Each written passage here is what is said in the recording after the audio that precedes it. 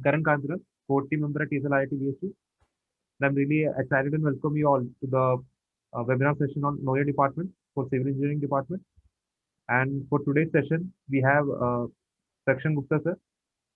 So our aim is to enable students to have an entrepreneurial perspective through this session.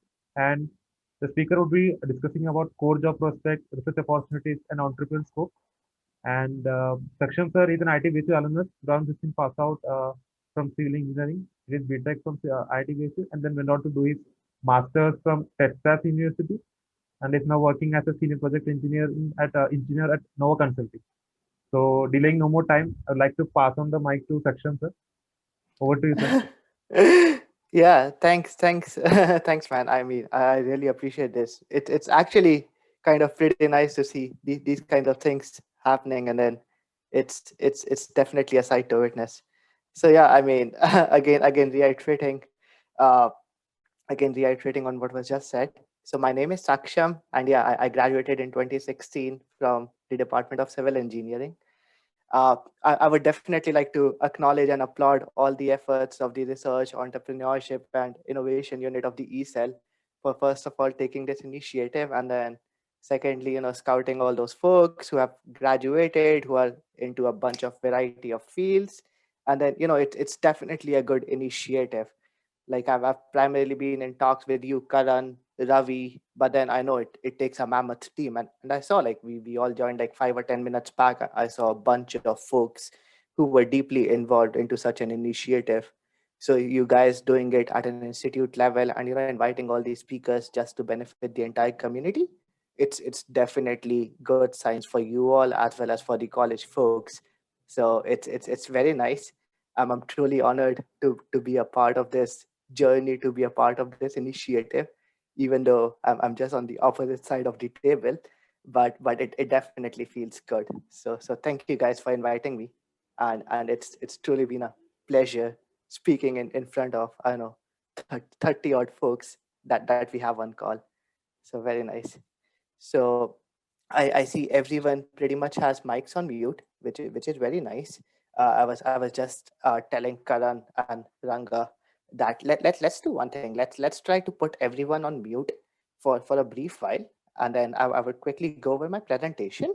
If you have intermediate questions, you could uh, you could maybe put them in chat, and then someone could moderate them at the very end. And then if you don't want to put them in chat, maybe just after the session, we all could have a bunch of Q&A questions. There's no limit to how many questions you want to ask. There's no one judging you for what kind of a question you're preferring to ask. We all know you guys have just entered college, freshmen, so for more years. So feel free to ask any kind of question. Like that's okay. And then I would be sharing my contact details with all of you guys. So feel free to reach me out on my email or on my phone, like whatever works the best for you guys. excuse, excuse me. So let me start sharing my screen, and then Karan, let me see. Uh, so Karan, it's kind of telling me that the host has disabled participant screen sharing. Can Okay, Ranga quickly look into it? okay, so Or can you oh, okay, I'm the host now. I think they've made me the host. So let me share this one here, and then let me bring it to screen one. Uh, do you guys? yeah, it's really good. Oh, dude, don't spoil the presentation. Come on, behave. Okay. No, it's the wrong screen. Nope. You guys see the slideshow, right? You guys don't see the proper presentation, or you guys see the proper slides? You guys are seeing the wrong screen, right? Yeah, we can see the slides. Uh, It's properly visible. Like right now, you see the one that says "Know Your Department" on yeah, full yeah. screen, or do you see it on Uh, partial screen? so it's not on full screen. Yeah. Okay. Uh, Give me 1 second. yeah, I think not in presentation mode. it's the it's the wrong screen. Where's my new share? Let me share maybe screen 3, and then nope, not Okay, is it better now? Yeah. So it's on full screen now, right? Yeah. Okay, fantastic. So yeah, I mean, Know Your Department is an initiative that ESL IIT BHU has been taking for a pretty long time. I'm thankful to Ravikant and Karan who considered me worthy of being a part of this one. And then without taking much of your time, let me move on to the next slides real quick. So in terms of agenda, they kind of told me to focus a lot on the core job prospects and how people are required more and more into core jobs than the managerial and the lucrative project management jobs. At the same time, they wanted us to speak about all the potential that research as a field or academia as a field has in especially civil engineering. Like I would be kind of revolving my discussion mostly around civil engineering. But yeah, I mean, it could be applicable to the entire industry as a whole. And then at the same time, they wanted to outline a lot about the entrepreneurial scope. Like as an entrepreneur, what all opportunities and what all scopes do you have in developing a business of your own? So I kind of carved out or drafted out a very quick agenda, which involves talking about my introduction and background, followed by my journey at IIT BHU, my early career, my first job, my journey to the United States, my core job prospects, the research opportunities, entrepreneurial scope, followed by a bunch of questions. And then yeah, thanks to the photography club for this wonderful image, dude. I stole those images. Like the photography club helped us with these images when we were organizing the centenary celebration in 2019. In 2019, right?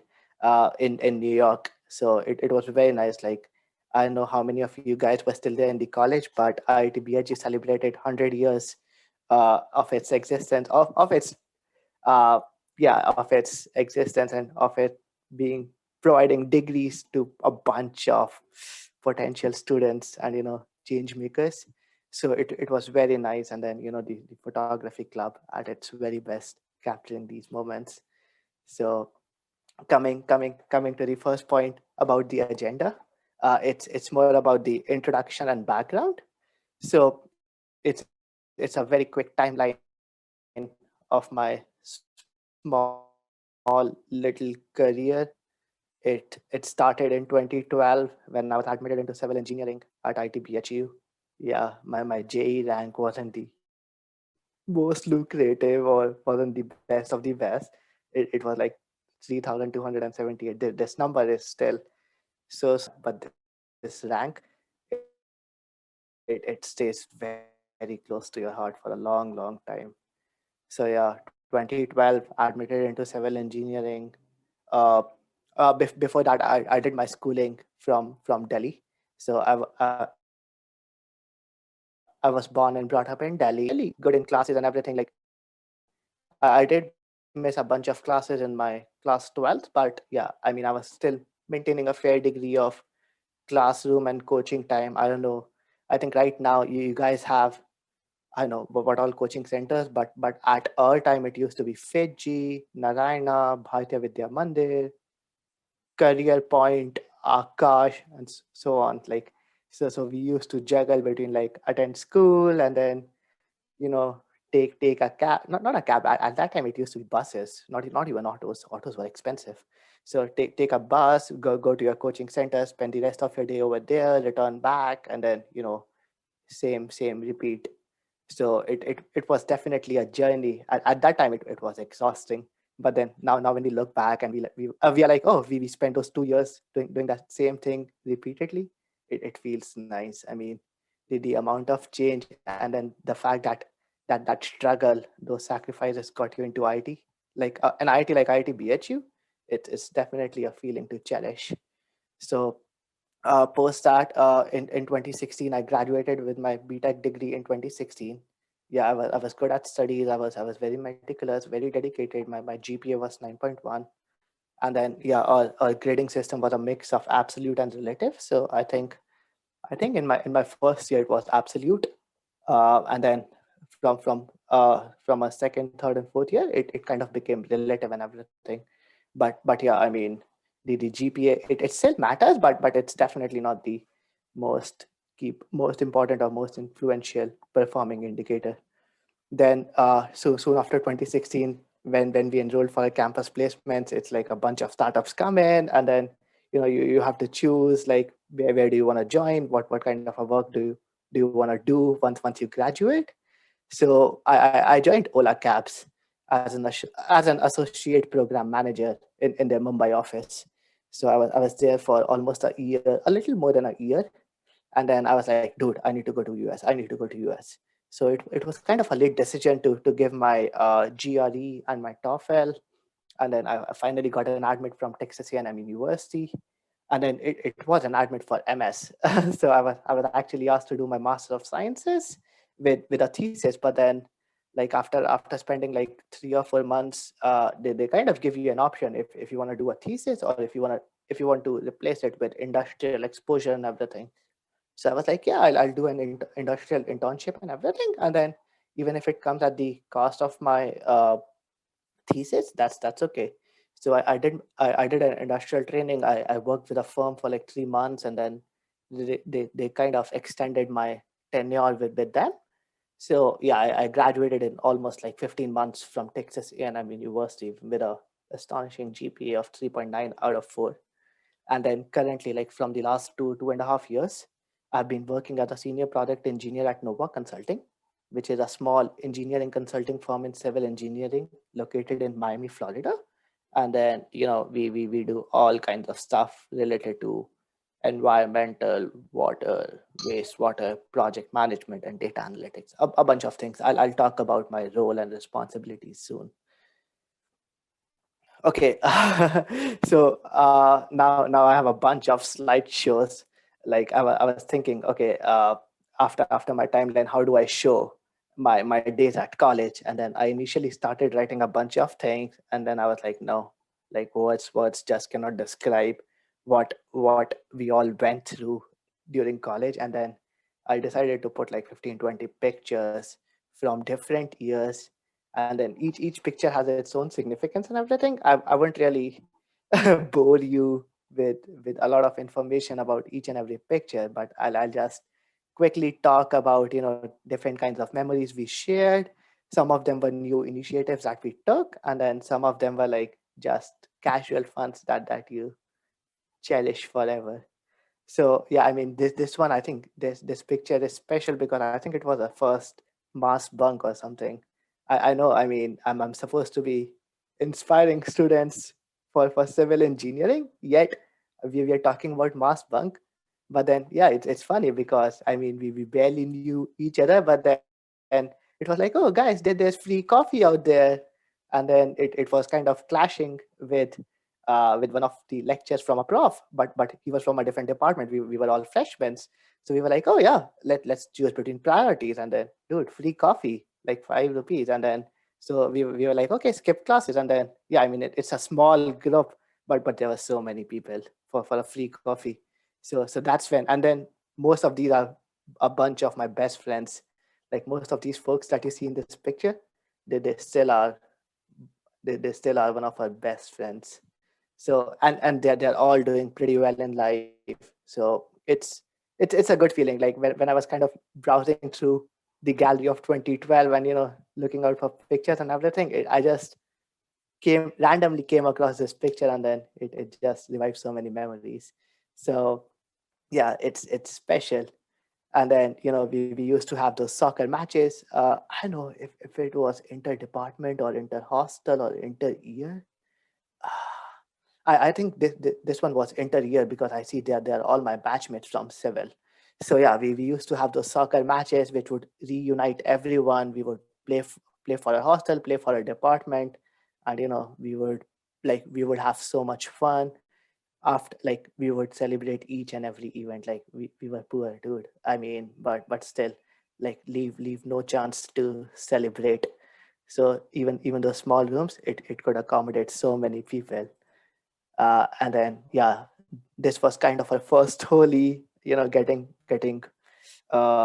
indulged into the college life, getting away from the pampered, comforted life of home, and yeah, or birthdays. Oh, okay. This one's a little special because when, like, even now, like it's been what, like 4.5 years or maybe 5 years since I've graduated back from college. But then the two most important things that I still remember about college, one of them is Kashi Utkarsh. Like, I don't know how many of you guys are still a part of Kashi Utkarsh or have been trying to contribute to the success of Kashi Utkarsh, but this club, it was a game changer for me. I mean, I was super shy. I was smart, but I was scared. I was like, I had to be perfect all the times, and then that would the fear of making mistake would make me not take so many decisions that I was like 95% sure that they would succeed. So Kashi Utkarsh was a group that gave us the confidence. Like the photo on the right, I don't know how many folks know about this or not, but it's a picture from Rampur Lawn near the electrical engineering department, and we used to have Friday evening briefings over there. So you see, like the inner circle would be formed by first year students, then second year, then third years, and like third and fourth year students and everyone. So we would all discuss, and then we would all plan about our visit the next day to the Basti. And then these kind of meetings, they kind of provided the perfect platform about, okay, you have to plan something in advance for the next day. Then you have to acknowledge, or you have to account for impromptu situations. Then on the next day you have to kind of account for what happens if something doesn't go as planned, what happens if the volunteers don't show up, what happens if extra number of volunteers show up, what happens if it rains. So you kind of have to account for all those risk factors and everything. And those were kind of the best things. And then what do you do after you return back? How do you document everything? How do you organize which things take priority? And like there were so many different case studies. And then all those case studies in themselves, they kind of taught us so many things. Like even in my KU farewell speech, I told them, like, I kept on thinking for the last 4 years that I was going to teach. Like I kept on thinking, kind of kept on encouraging myself that I was going to teach young students at Basti who did not have access to proper education. But in reality, when I look back and when I retrospect, it was me who was learning from them since the last 4 years. I mean, like if you become attached to this club, you would realize the kind of power, the kind of intangible skill sets that it imbibes to you as a person. So this club is definitely something that's very special to me, and these are the folks that I'm actually in contact with as well, even after graduating like 5 years back.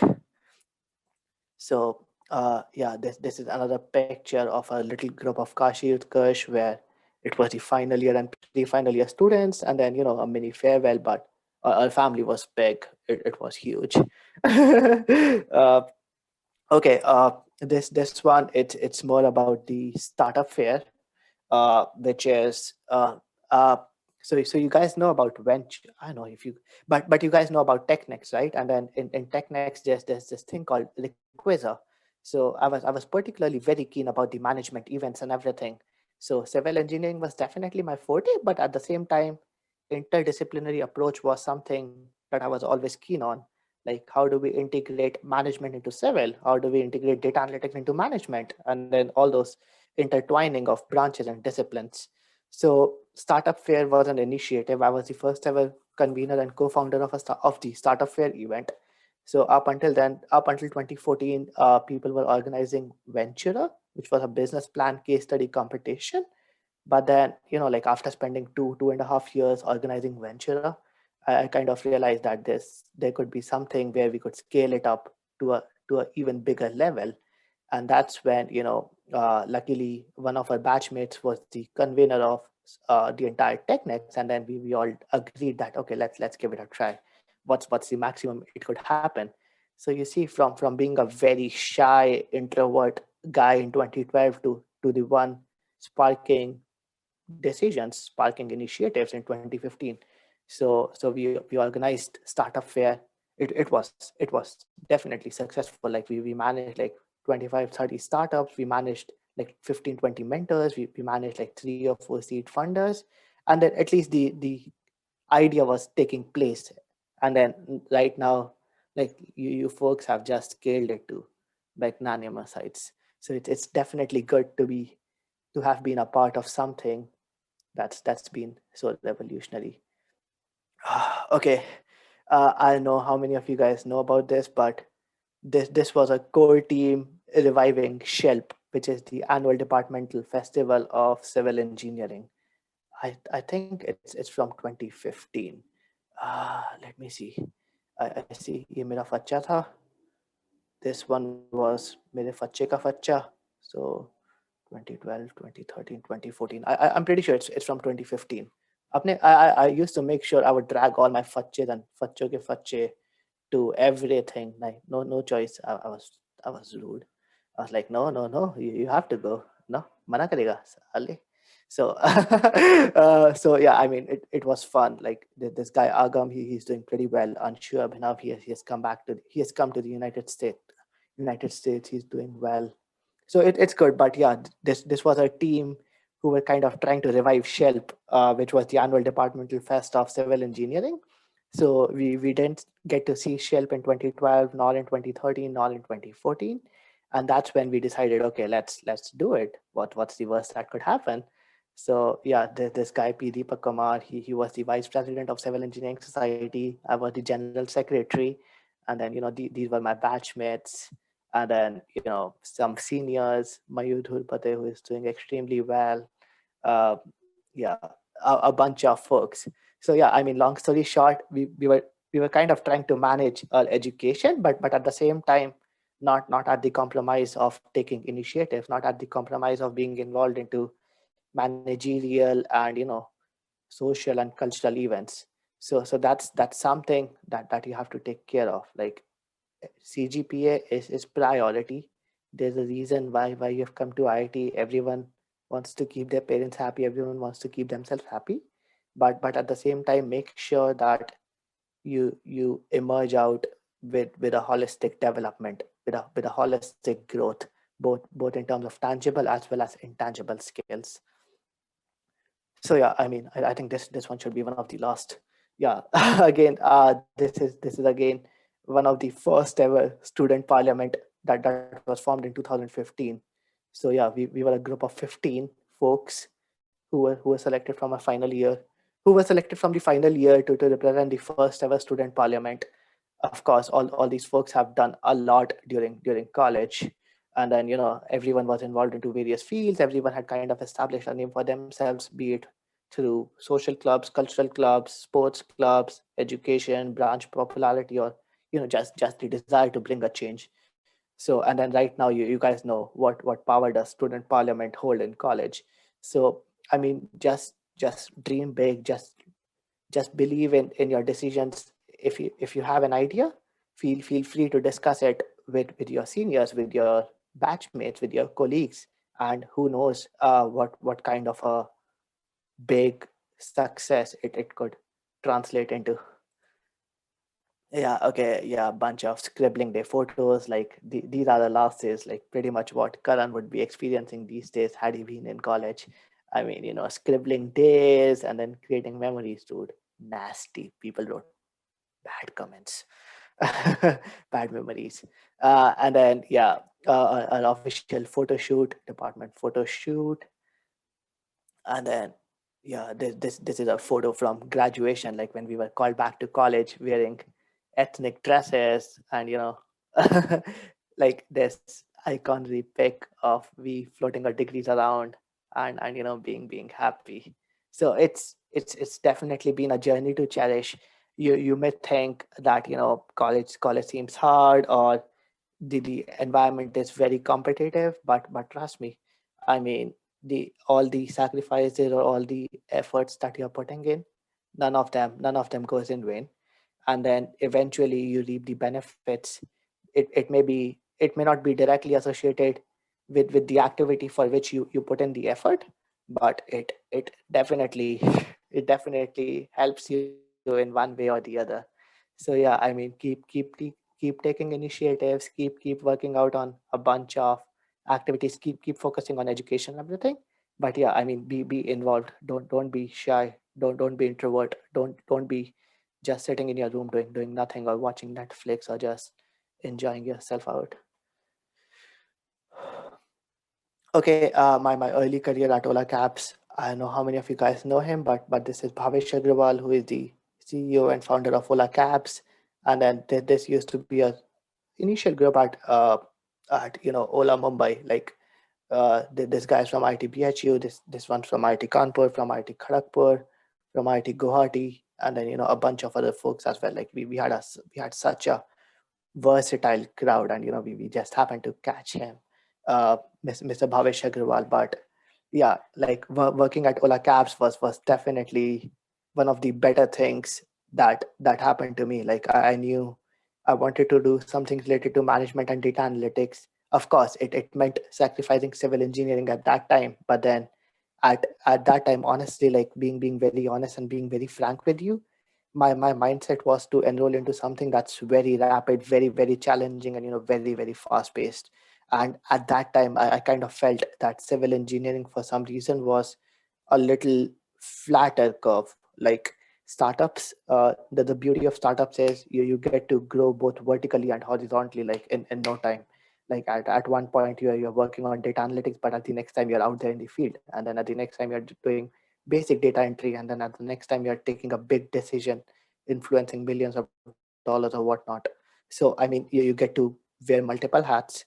You grow pretty easily. You get to share a bunch of ideas and everything. So that's why when Ola Cabs, I think Ola Cabs was day 2 slot 1, if I'm not mistaken. So yeah, Ola Cabs was day 2, and then we got placed. But Ola Cabs was a life changer. It was a game changer for me. Like the amount of experience that I gained in my a little more than a year experience, it was far more than what I could have imagined in any other firm in the same time period.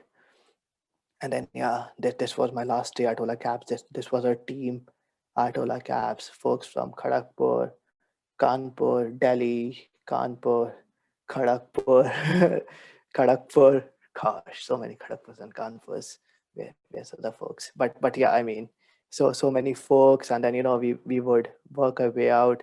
These are the kind of workstations where we used to have. I used to sit here. This used to be my workstation. But then yeah, I mean, we were a bunch, we were a good bunch of folks. Like we would enjoy, we would have the TV every time there's IPL. Oh yeah, I mean, we would enjoy it, we would cherish it. So yeah, things were definitely nice on those grounds. And then after that, it came to Texas A&M University. So it was more about uh it was more about how I got into Texas A&M. And then like how was my journey out here. Guys, give me a break, I need to have some water. Give me a break, guys.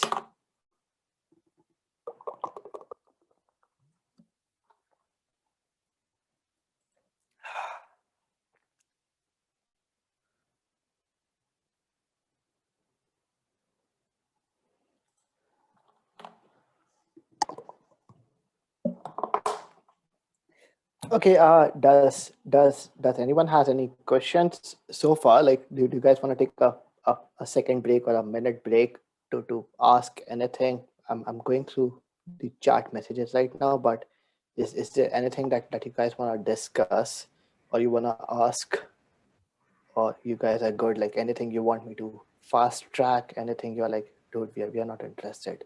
Just come straight to the point and go away, or anything, guys. Guys, you can unmute yourself, ask it, or you can drop down their queries in the chat box. Anyways,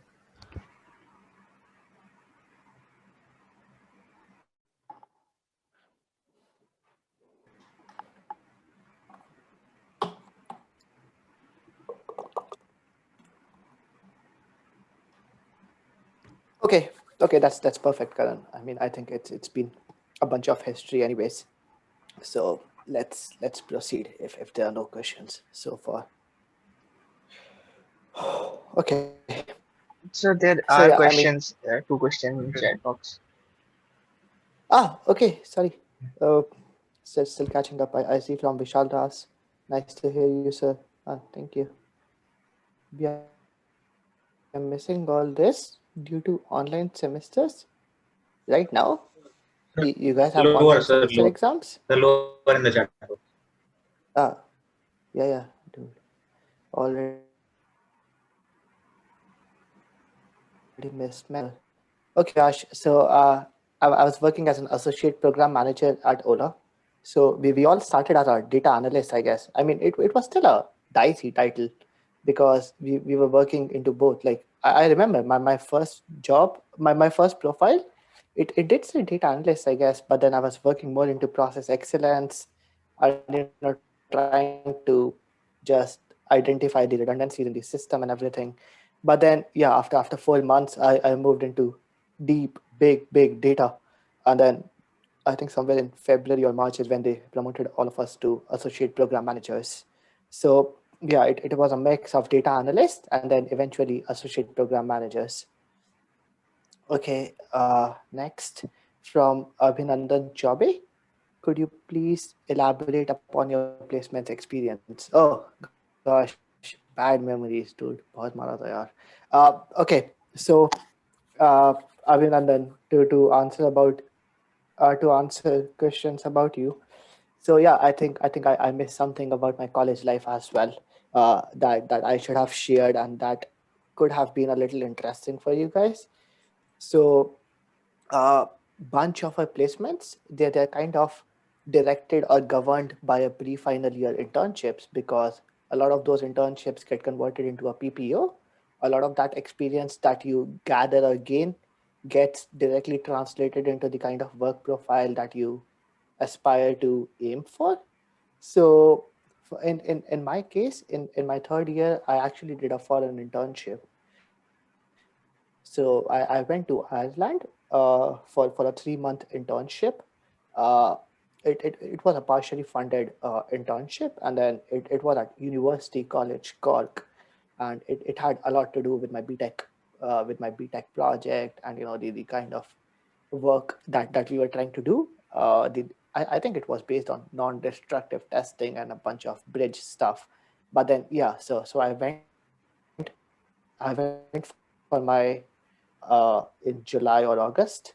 It was like a bunch of students had already got their PPOs, a bunch of students had already final interviews pending, and then a bunch of folks were already done with their placements.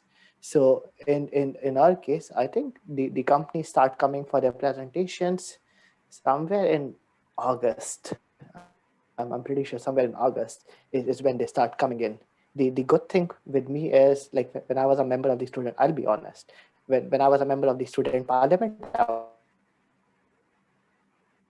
was actually taking care of the training and placement element. So I was kind of close. I was still kind of very associated with which folks are coming in, and then how's the entire process going on and everything.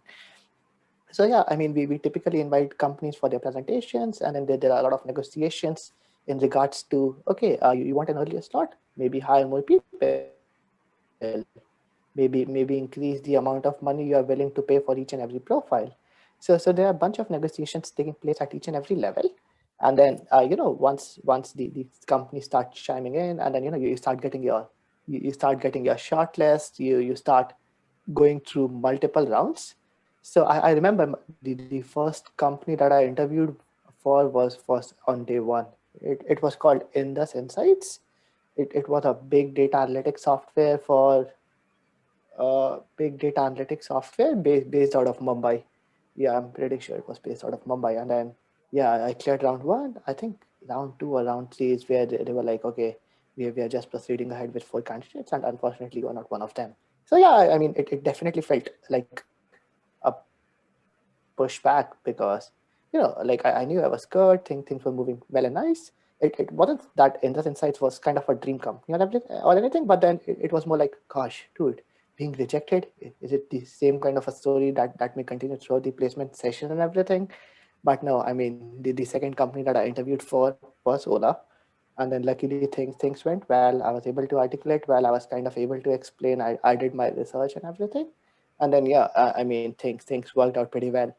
Besides this, I think I had a couple of other shortlists. I remember it was Day 4 ZS Associates. That was one. There were two more, I guess. And then in terms of civil, I know we had Bechtel,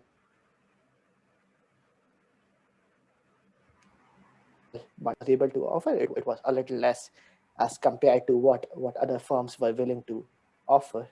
So I know I had Bechtel, I had a couple of other firms and everything, but yeah, I mean, so long story short, you have to prepare for them. I was actually also studying for CAT back in those days. So when I returned back in August 2015, I had like 4 months to prepare for CAT as well, and then I knew I was good at math and everything. I was trying to take a shot, but no, CAT didn't work out. CAT wasn't the thing for me. Like it was like 29th of November was the CAT exam in that year, I guess, and then December 1st was the placement thing. And I'm like, dude, I cannot put my feet in all boats. I have to give up one. So I still went to give the CAT exam, but yeah, it didn't work out, and then I never appeared back in CAT now. I mean, CAT wasn't a thing for me. I wanted a formal work experience. I wanted something hands-on, and then I wanted a practical. If it's more about dude, okay, everything's okay. We could find a bunch of blogs about this, but how do we prepare ourselves for these job interviews, or how do we keep or maintain a versatile profile? Again, my response to this would be stay active in college, dude. I mean, we were just like you guys uh, in your freshman and sophomore years. We were nerds. We were good at studies. That's why we got into ITBHU. But then our studies did come at some sacrifice. We gave up some sports. We gave up some extracurricular activities or something. But then once you are inside the door, once you are into the college, it's time to revive those skill sets, or maybe learn new skill sets. Participate in organizations. Just don't be shy. And then you would never realize like how silently they teach you all those things. Like as a matter of fact, I wasn't even a powerful speaker or a decent speaker or even a fluent speaker up until 2018, I guess. And then when I started working full-time job, it was like, oh, dude, you have to impromptu prepare a presentation like 2 hours and deliver it. I'm like, dude, what the heck? And then that's when you realize, like on the go, you have to be prepared all the times. You have to kind of have an understanding of what all you want to show, and then you have to be fluent in the way you speak and what you speak. So yeah, all these things, they're pretty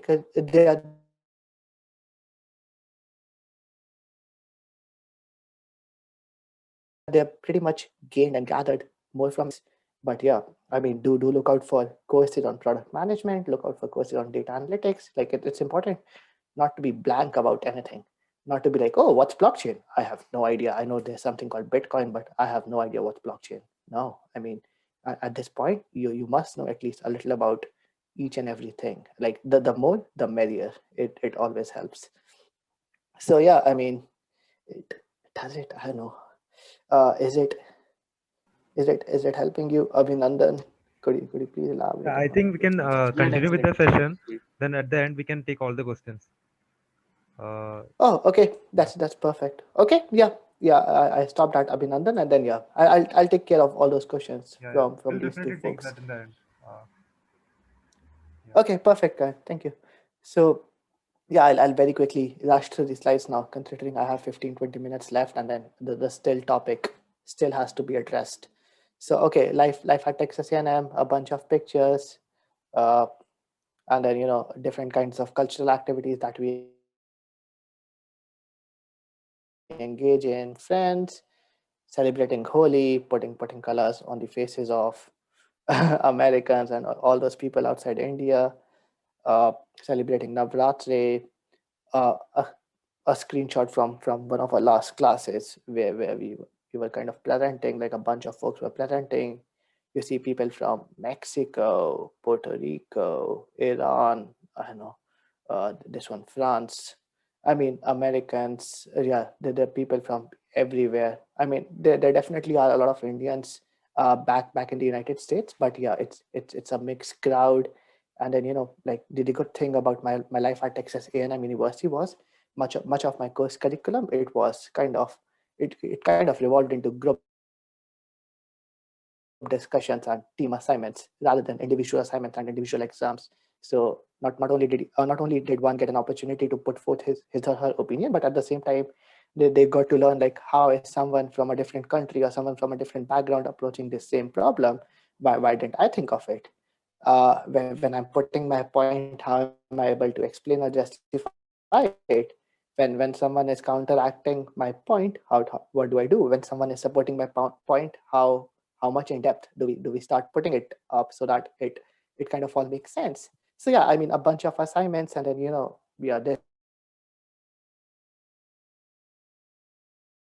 this was one of the classes that we yeah, we would take them out to Indian lunches, Indian dinners. We would give them vegetarian food. They all love it. Yeah, one of the sneak peeks from a group assignments that turned into a poker night and game night. But yeah, we promised we were working on a group assignment. And then in 2018, when I finally graduated, yeah, these are just a couple of pictures from our university. I managed to get a good American photographer to take a couple of pictures. Yeah, this was one of the pictures from one of the internships that I did during my graduation. So in May 2018, in May 2018 is when I was kind of offered an internship with this firm. And then, these were the bunch of folks that we were working with. We used to go out on happy hours. We used to celebrate. We used to enjoy little things. And then, yeah, the culture was very inclusive. The opportunities were immense. Everyone was supportive. Everyone was appreciative. And yeah, like there's nothing else we could have hoped for during those times. Okay, now addressing the three main agenda topics of this seminar. So we are still after 15-20 minutes, which is a decent time frame to go over all these things. Again, now this is the kind of, like, I think I'm just left with my last 2 or 3 slides. So this is the area where I would be pretty keen to let people chime in with their questions on the go as soon as they come across those questions.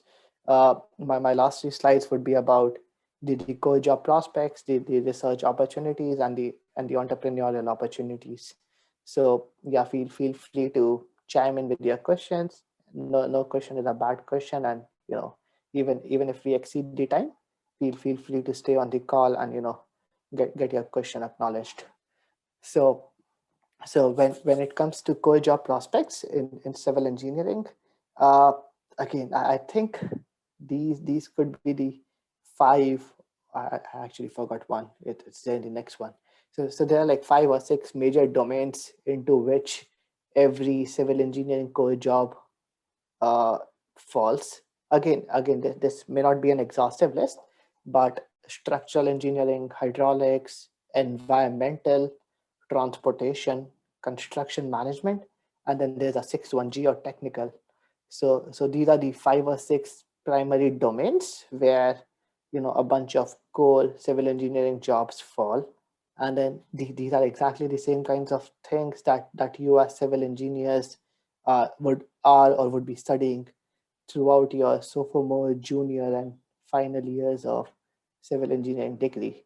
Like I know, I understand that there could be folks from outside civil engineering as well, but then I still think you guys should still stay on the call, because there could be some areas where multidisciplinary approach could be useful, and it's always good to be familiar with what folks in other branches are trying to get their feet in. So yeah, I mean, in terms of domain, we have these 5 or 6 primary domains.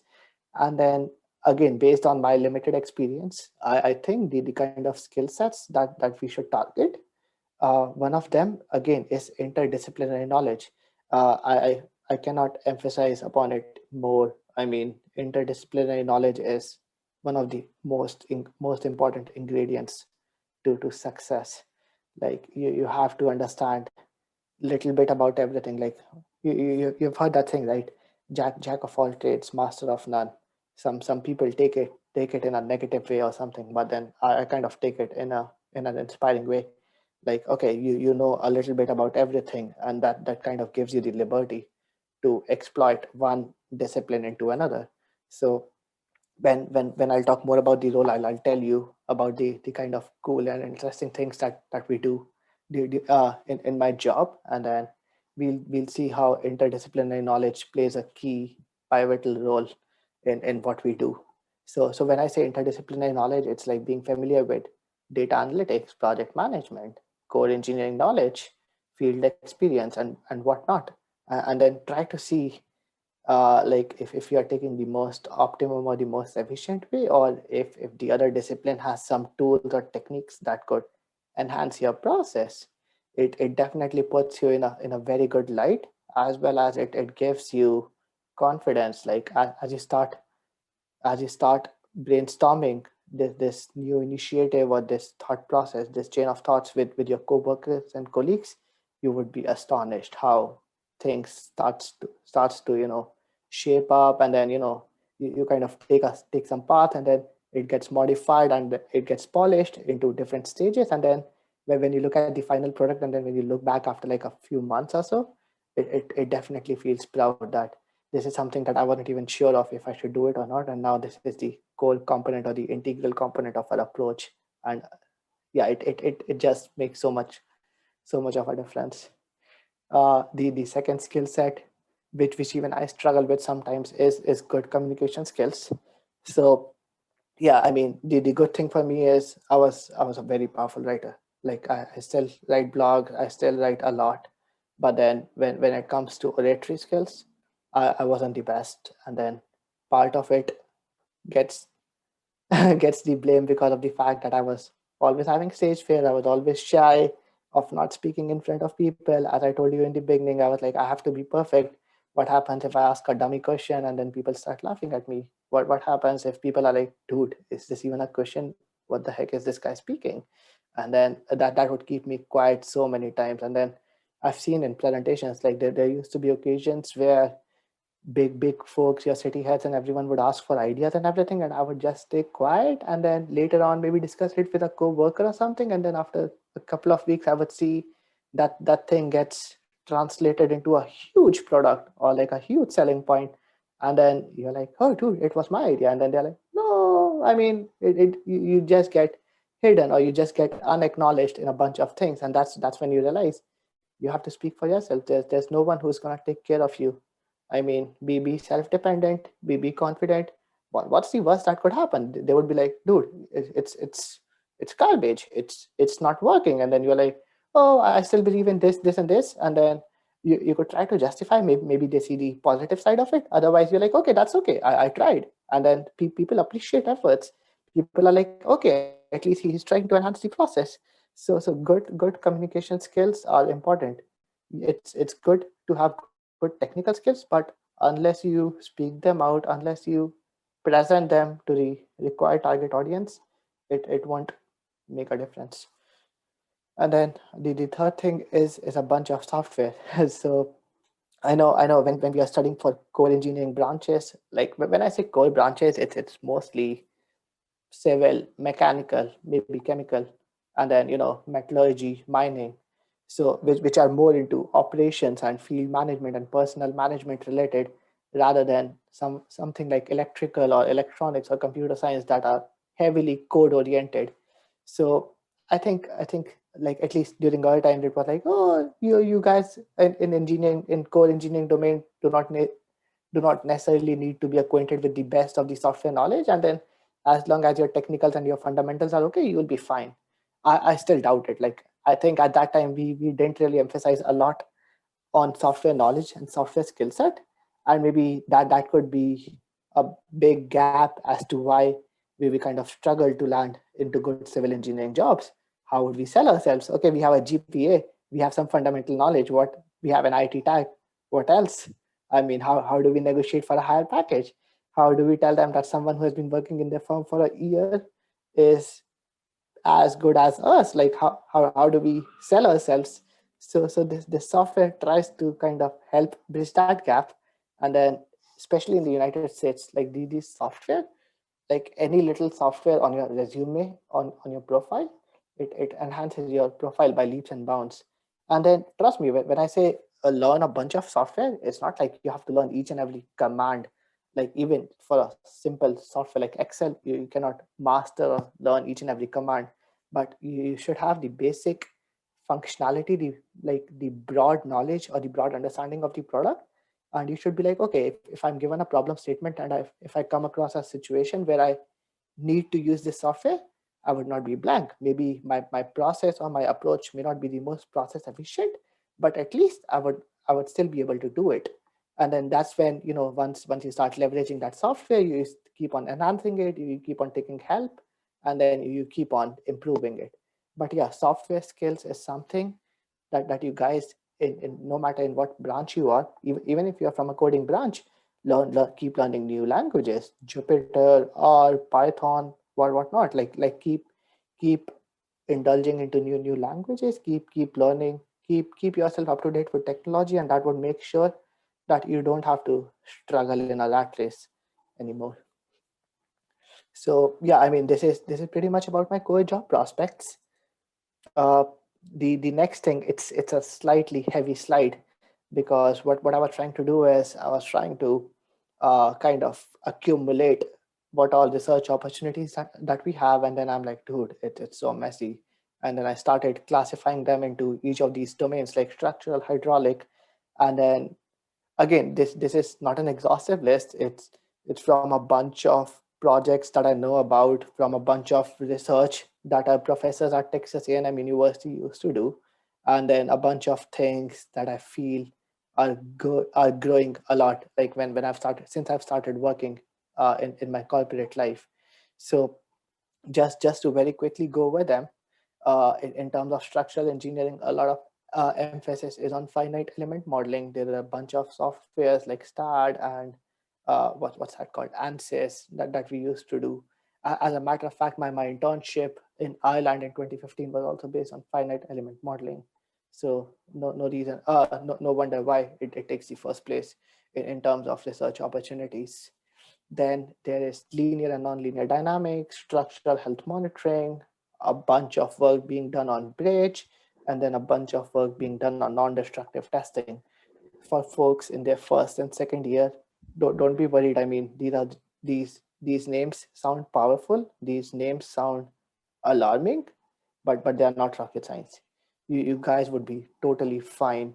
Like once you start getting acquainted with these concepts, you guys would be totally fine. I mean, they may not be the easiest of the paths to conquer, but then they're not super critical. Like, and then you just have to master like maybe one or two. You don't have to be pretty great in all five of these or any other field. Just focus on one or two research domains, and then just revolve your career around there. And then one of the other questions that comes up is, dude, I've just entered my pre-final year, and then how do I decide which one do I want to go in? So that's when you start reading about these. You start reading about a couple of research papers about what exactly happens in these. Or you talk to your professor. Your professors would be your best friends. I know people are shy about like, hey, if I ask my professor about what do I do or what should I do, they would be like, oh, but why are you deviating? Are you kind of deviating from the regular course curriculum or something? No. I mean, professors encourage research. Professors are an integral part of the academia, and sometimes they're your best friends. Go talk to your seniors who have already studied these courses. Ask them about potential opportunities. Ask them about what other fields could they be interested in. Ask them about the research topics, be it foreign or be it national or be it just local internship, and then try to see what excites you the most. So I mean, the opportunities are immense. I think it's more about the knowledge gap, or the lack of awareness that kind of hinders it. And then like by the time you get acquainted with these opportunities, it's maybe too late, or the positions are already gone. So yeah, I mean, in structural, there were like 5 or 6 of these opportunities that I was thinking of.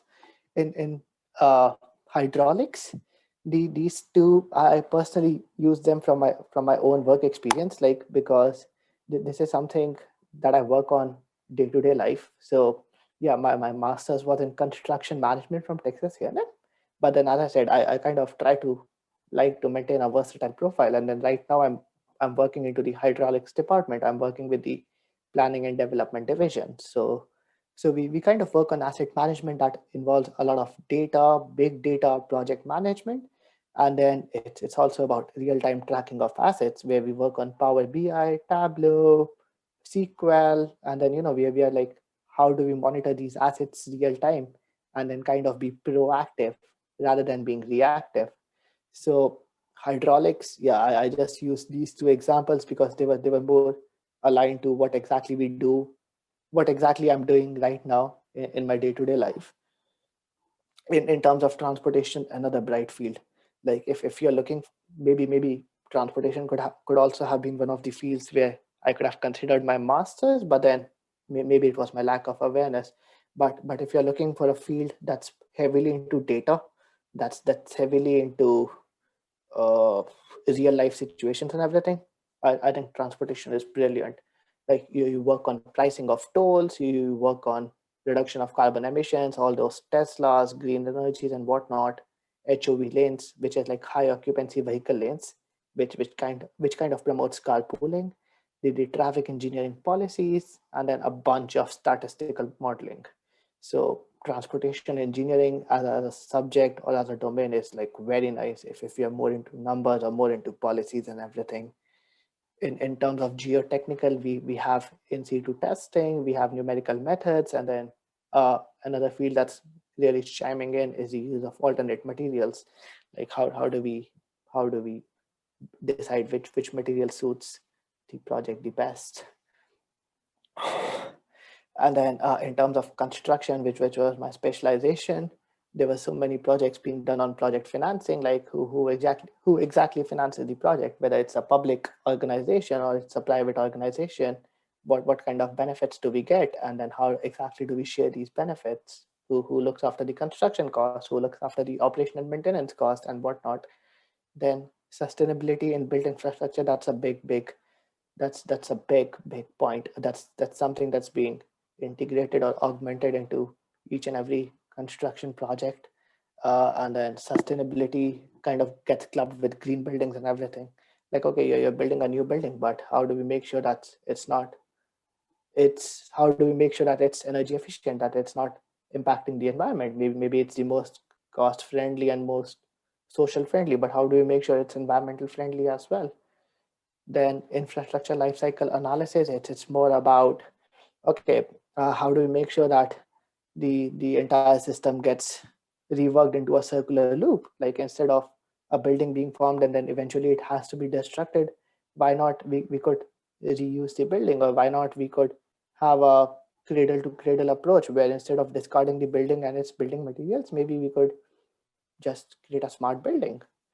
And then risk analysis, it's more about risk analysis is some risks are foreseen, some risks are unforeseen. Like a person was asking about Texas. Like just before this call, a person amongst you was asking me about Texas. And then for those of you who do not know, so Texas underwent a huge electricity shut off a couple of months back, and then due to adverse climates and everything. And then so how exactly, and then there were a lot of pipelines that got burst because they were not designed to handle huge amounts of water that kind of froze, and then it increased the pressure, eventually leading them to getting burst. So how do we account for those kinds of risks? Those are like black swan events. How exactly do we design our buildings or design our assets to account for those risks? Because you eventually cannot keep on designing redundant structures, but at the same time, what happens if those unique events take place? So that's where the risk analysis comes in, and you have to kind of understand the trade-offs between the extra cost and the extra effort for against the benefits that it offers. And then the last core domain that I could think of about environmental. A lot of work again being done on water testing and reuse, and then green buildings, sustainability, and then climate change and sea level rise. Like climate change and sea level rise is something that like it's becoming a pain. It's becoming such a mess. Like trust me, like maybe I've seen those projections published by NOAA. It stands for National, I forgot, it stands for Ocean and Atmospheric something, but they publish the projections of sea level rise, and then the curves look alarming. Like they're super steep, they're projectile in nature, and then they are very, very steep, which shows that so many areas could be underwater by as early as 2075 or 2100, unless proactive actions are taken. So a lot of work. Like if you're looking for a serious research opportunity, climate change and sea level rise is a very, very, very hot topic, in my opinion. Oh, and then I think this one's my last. Maybe at almost on time. I think I'm 4 minutes up, but yeah, I'll probably take just a few more minutes before I wind it up. So in terms of the entrepreneurial opportunities in civil engineering, a couple of quick examples that I could think of, or that were done by a bunch of my friends. One of them is use of drones for surveying. Like drones and unarmed vehicles is something that's being gaining widespread popularity. Like right now, the use case of drones is being explored in supply chain management and last mile delivery. But then why not use drones for surveying, for surveying those areas that are otherwise inaccessible? Similarly, project management is something that takes a pivotal role. Uh, Project management is something that takes a pivotal role in controlling the life cycle of the project, from its planning stage to its design stage to its construction stage to its closeout stage. So there's an inevitable need to create more user-friendly project management softwares. Like every year we see so many new softwares being integrated that are kind of able to transition between real life field and someone working at the desktop to kind of keep track of what all changes and what all progresses are taking place, and to kind of make sure that every change gets accounted without any loss of information. Then other entrepreneurial opportunities include accessibility to clean water. Setting up a big construction firm or a consultancy service definitely helps. Businesses related to sustainability, again a hot topic, considering everyone wants to become carbon neutral and then everyone wants to focus on electric vehicles and whatnot. Virtual reality and augmented reality again gain traction. I mean, it's huge. Like instead of actually being over there, you have a virtual system that kind of mimics everything in front of you and provides you training and everything. Nothing can beat that. Modular construction, like given the less availability of free land to kind of build all the stuff on site. Modular construction, like you build it, you kind of precast everything and then you kind of assemble it on site. 3D BIM modeling, again something that's gaining huge traction, a very, very popular software. BIM, I think it's building infrastructure modeling, but it's very popular and gaining loads of traction. Digital twin, again another hot topic that's taking place, that's kind of gaining traction. And what we mean by digital twin is, like, suppose you have a pump station on site, but then you want to see how it's behaving, and then how much water is going in, how much water is going out. So you create a digital twin of that on your system, and then you are able to monitor, okay, at this moment the water level was this, and then it goes all the way up, and that's when it started discharging everything, and that's when the pressure rose and everything. So you actually have a digital twin that shows you what's exactly happening out there in the field. And that digital twin also gives you the power and the flexibility to actually control the main system out in the field. So digital twin is again something that's very popular, especially in terms of asset management. And then there's one more. I don't know why I forgot, but I was thinking about Internet of Things. That's also gaining traction. I didn't really see it. And then there's of course blockchain. Like everyone talks about blockchain, and who knows, like why not be the first ones to think about something related to blockchains and integrate some civil engineering aspects into a secure and safe environment like a technology for the future. So these are a couple of entrepreneurial opportunities that we could very quickly think about. But yeah, I mean, these are just a few. Like your brains, your minds are endless. Like keep exploring opportunities. You never know. Like something that may sound super stupid, maybe like it could be the game changer. Like who would have thought people living on moon, people living on Mars, electric vehicles? Like I mean, no, I mean, but now like 10 years down the lane, maybe that's the only thing that kind of exists or that kind of grows. So yeah, I mean, with this, I'll kind of end up my presentation, and then I kind of made it a point to leave my email ID and my phone number. This is the same number that I use for my WhatsApp as well, just in case you guys want to reach out to me. And then yeah, feel free to get in touch or feel free to ask any questions online or offline, and then I'll be more than happy to acknowledge and answer. Okay, thank you guys. I'm open for any questions that you guys might have. Okay. Guys, you can unmute yourself and ask if you have any queries. Yeah. The current. Give me a second. Let me first go across a couple of questions. I remember I left those questions in the bit in the middle of the discussion, right? So I remember I was kind of elaborating upon the placements experience from Abhinandan Chaube, and then there was this next question about how to improve communication skills in online semester. So I mean, if it comes to how to improve communication skills in online semester, I would say just try to see how your audio is sounding, or try to see if you are able to speak fluent.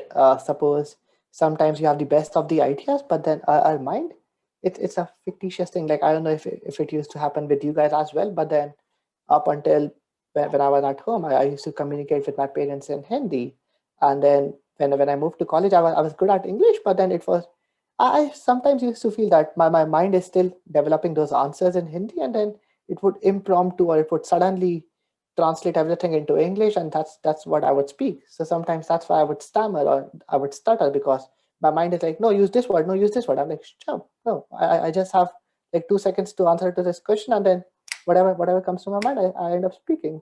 So in terms of improving communication skills, there could be two potential areas that I could think of right now.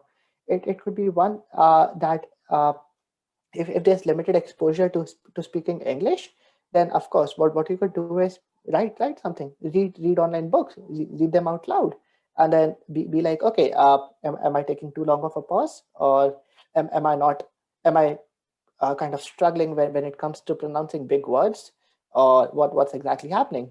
And then if everything kind of goes smooth, then see how exactly do you behave when you don't have that thing written in front of you.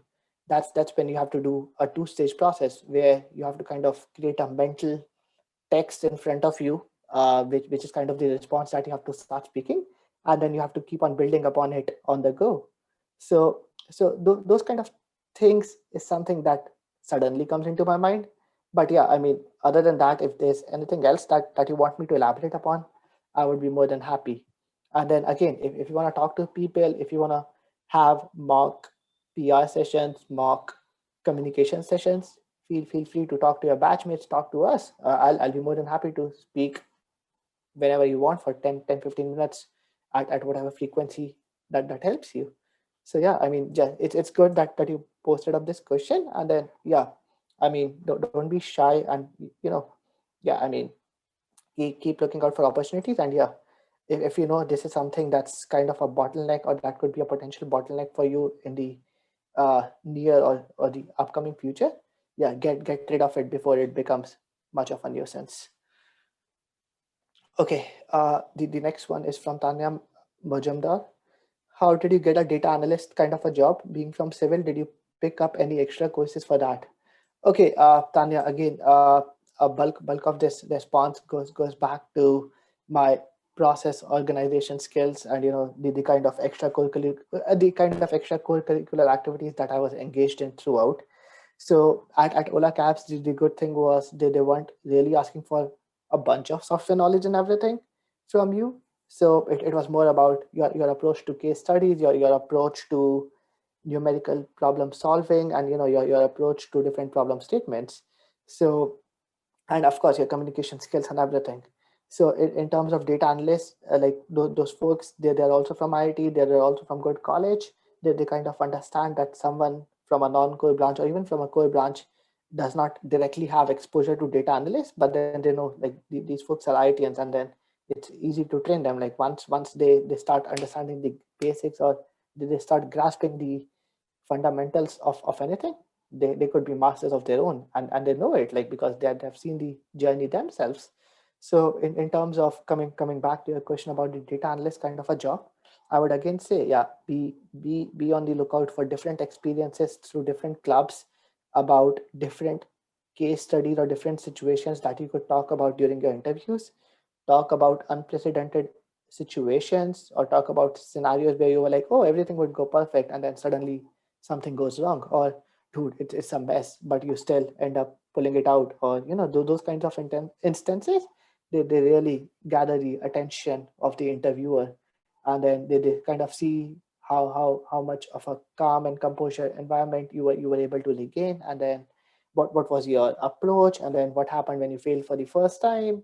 Did you just stay back? Did you try back again? And then so those journeys, those little things, they really help you a lot. And then yeah, in terms of extra courses, no, I did not take any special course or any other training in Excel, R, or Python, SQL. No, nothing at that time that I could think of. Okay, watch Cold Fusion on YouTube if you want to learn more about blockchain. Yeah, I'll kind of skip this one for the moment, just in case if people want to read about blockchain, they could follow it. But yeah, I have no idea about this one. What next? Again, this one comes from Abhinandan Chaube.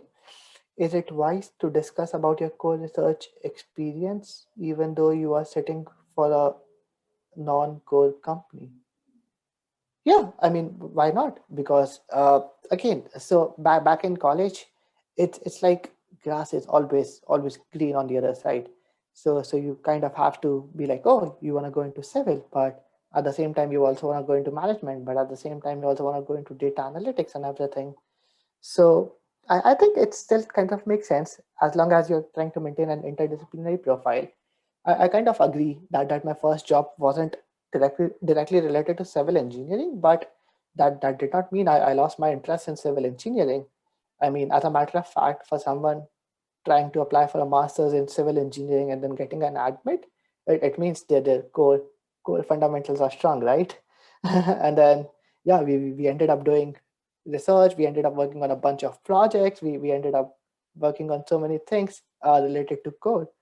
So yeah, I know what exactly you want to know more about, but yeah, I mean, yeah, focus on core. Core may not be the highest or the best paying job in the short run, but in the long run, it all balances out.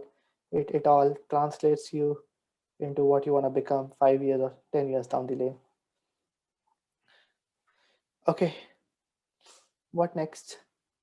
From Vishal Das. This one is about at what point did you think that you should leave your job and study further?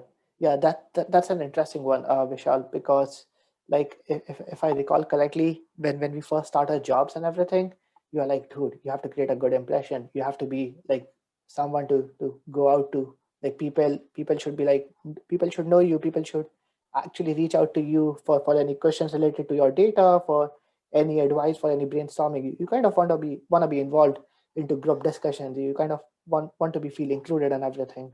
So yeah, I mean, your first 6-7 months, they're pretty much gone into getting acquainted with the system, trying to work on your first or second big project, trying to be a part of multiple discussions and everything.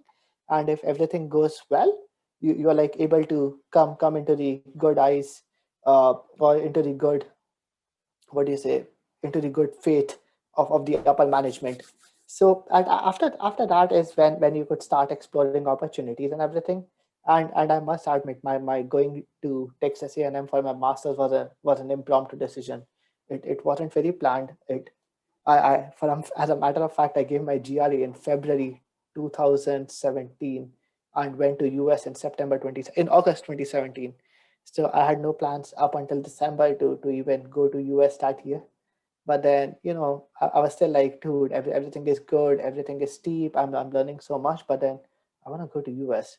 So I'll be honest, like my desire at that time was more to go into the US than to study abroad. And then, doing my master's was one of the more feasible paths for me to break into US. And that's when I was like, okay, let's prepare for GRE. Worked for 2 weeks, 3 weeks, 4 weeks, gave my GRE, applied to universities, what all had their admits open, and then started working on my TOEFL, started working on LORs, SOPs, and whatnot. And then gradually, luckily, everything kind of got aligned. And then that's when I ended up being in the US. But yeah, no regrets so far, like almost 4 years, but no regrets into however the journey has shaped so far.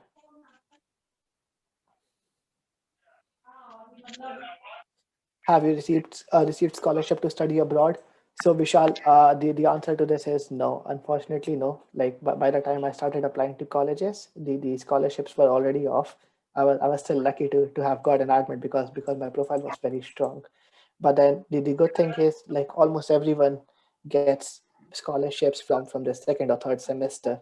So same for me. Like as a matter of fact, I like when I came to Texas A&M, I'd already approached a couple of professors asking them, hey, like if we could meet for a formal meeting, and then we could see if I could be a part of your research group or not. And then a couple of professors asked me for one-on-one meeting. Things didn't work out. But then in November is when I started working at the Mays Business School at Texas A&M. I started working into operations research with a very, very senior prof of operations research. And that's where I started getting a bi-weekly stipend, and then things worked out pretty well. But yeah, I mean, before that, my first 2 to 3 months, yeah, it was no scholarship. But yeah, things align up pretty well. Like if not first semester, people get bunch of opportunities in second semester. People get a bunch of opportunities in third semester. All you have to do is keep trying. Again, the worst that could happen is your cold email doesn't get answered, or you try to research about a prof, and then if you don't frame it pretty well, or if you don't include all the necessary details, then she may not answer. But then if you speak to a bunch of folks, if you speak to a bunch of seniors, and then if you do your own due diligence and research, things could definitely work out pretty well. Oh, okay. From Swayash, could you guide us through what our approach should be like when I begin to learn a little about everything, including the terms that we come across? Oh, excuse me. Could you guide us through what our approach should be when I begin to learn a little about everything, including the terms that we come across? Okay. Okay. Yeah, I think so. Ash, I honestly don't know which year you are in, but presuming you could be in your sophomore year or something, I would say when you come across those terms, just make sure that they may seem hard in the beginning, but just keep, like, yeah, study well. Oh, you're a freshman. Good to see you, Sayash.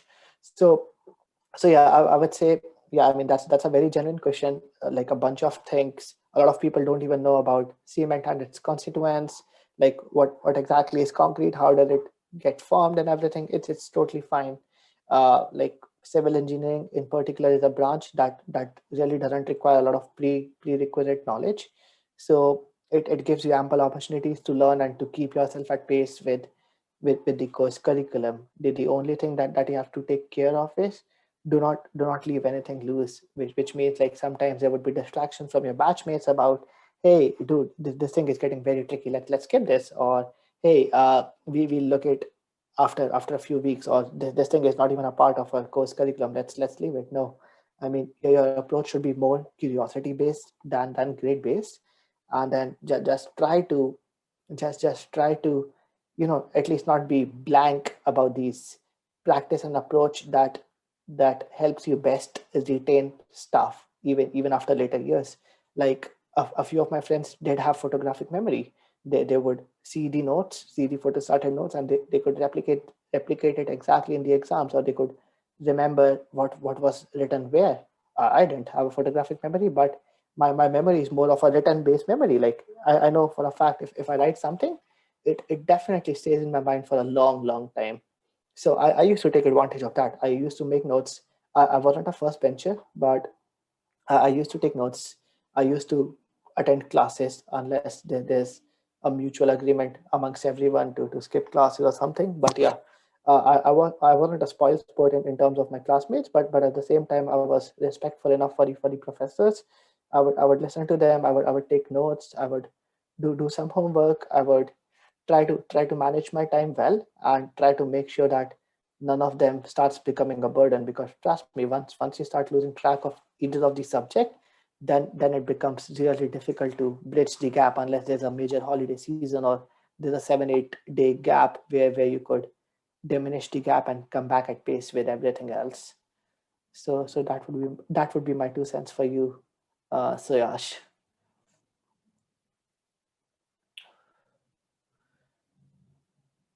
What else? What should we do to build a good profile for pursuing masters? Okay, Ayush. Again, a good question. So, uh, in terms of getting masters from US, I'm presuming for pursuing masters from US, I would say a lot of emphasis is on CGPA. Some emphasis is on work experience as well, and then a lot of emphasis is on your letter of recommendations as well.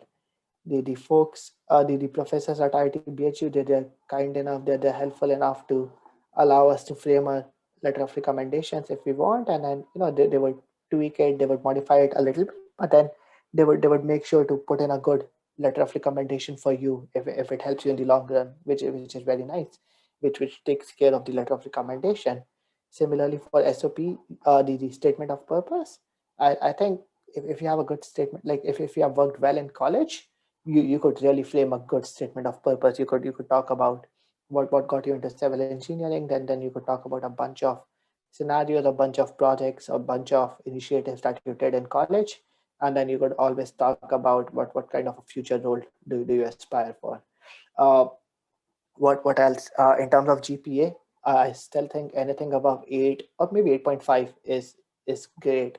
Like anything above 8.5 is a bonus, and then I would still, like, if it comes to a trade-off between every point one after 8.5 and every new initiative in college, I would definitely go for the new initiative, and maybe sacrifice a point one GPA. Like as long as your GPA is above 8.5 from a college as prestigious as IIT, everything is same. So yeah, I mean, focus on your academics, but don't let your academics take out everything, take away everything from you. Like you definitely should have something that you could think about and that you could elaborate about when you look back at your college life. And then as a matter of fact, I know there are a bunch of freshmen, there are a bunch of sophomores. A batchmate of mine, like he was actually a year senior to me. His name is Nikhil Jain, and then he's the co-founder of Foreign Admits. And then he's been working on that startup for like 3 or 4 years now, I guess. He's a gem of a person. Like feel free to get in touch with him. What he does is he does profile reviews. He helps with templates of SOPs and letter of recommendations, and then he provides GRE scores based recommended GRE score ranges based on a bunch of universities that you think are favorable, optimistic, or uh, you know uh, what's the word, favorable. The top one, I'm forgetting that name, but yeah, he provides a bunch of university classification, and then he helps you prepare for your admits. Like they take care of a lot of things in your application. The startup name is Foreign Admits. you guys should definitely check it out. I mean, he's good. And then once you tell them that you're a student from ITBHU and just want to learn, just want to explore opportunities, I'm pretty sure he'll be able to help. Okay, what next? This one from Aditya Garg. How to get intern in some consulting firm or construction company? As we don't have any kind of practical exposure, how will they accept our application? Okay, yeah, uh, good one, Aditya. I mean, this is something that we guys also used to struggle with, and then this is where your professors and then your training and placement representatives take take charge. I mean, they have to be diligent. They have to be hardworking enough to find associated representatives from all those firms that are hiring for full time. Kind of have to convince them that you could train them at an early stage, and then kind of offer them a PPO, and then secure the services for the next some amount of years. Your professors, they have so many contacts like BK sir, RK sir, PKSD sir, Devendra Mohan sir. They all are big shot established names in their fields, and then try maintaining good relationships with them. Try asking your training and placement representative to see if they could invite someone that they know for recruiting at least 2 or 3 people, maybe full time, maybe for internships. And then yeah, I mean, long story short, it's mostly referrals that get your internships in a consulting firm or a construction company. Besides this, it's very the chances are very bleak that someone would entertain you, or even if they do entertain you, it's very bleak that they would provide you with a very challenging work environment, the kind of stuff that you desire to do.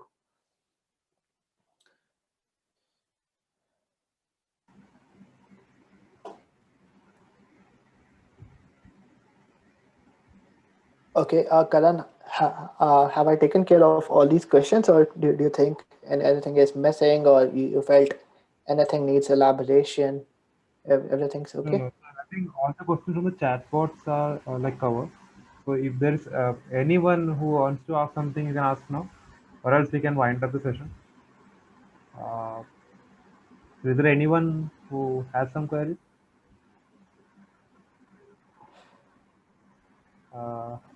So I think the queries are done with. So we can end the session now. Okay. So thank you very much. It was really a great session and really insightful. That's And I hope like all the queries are cleared. And thank you all the attendees for joining in. Oh yeah, no, thank you, Karan, thank you, Ravi, thank you, Ranga, for and all those folks who are working behind the scenes, and who are coordinating. I don't know how long this initiative has been going on, but this thing is amazing. Like it definitely is something that you would feel very proud of once you start hearing feedback from students that, hey, you organized this session, and then we heard this and this speaker, and then this was the change that came into my life because of that single session that we attended. So no, Karan, I mean, we wish you the brightest of the future in your new job at City. Good luck. And then yeah, I mean, for anyone else, if you guys want to get in touch, you have my contact details on screen. Feel free to get in touch on WhatsApp or through my official email ID. Impromptu or instantaneous, I would make sure to get back to you guys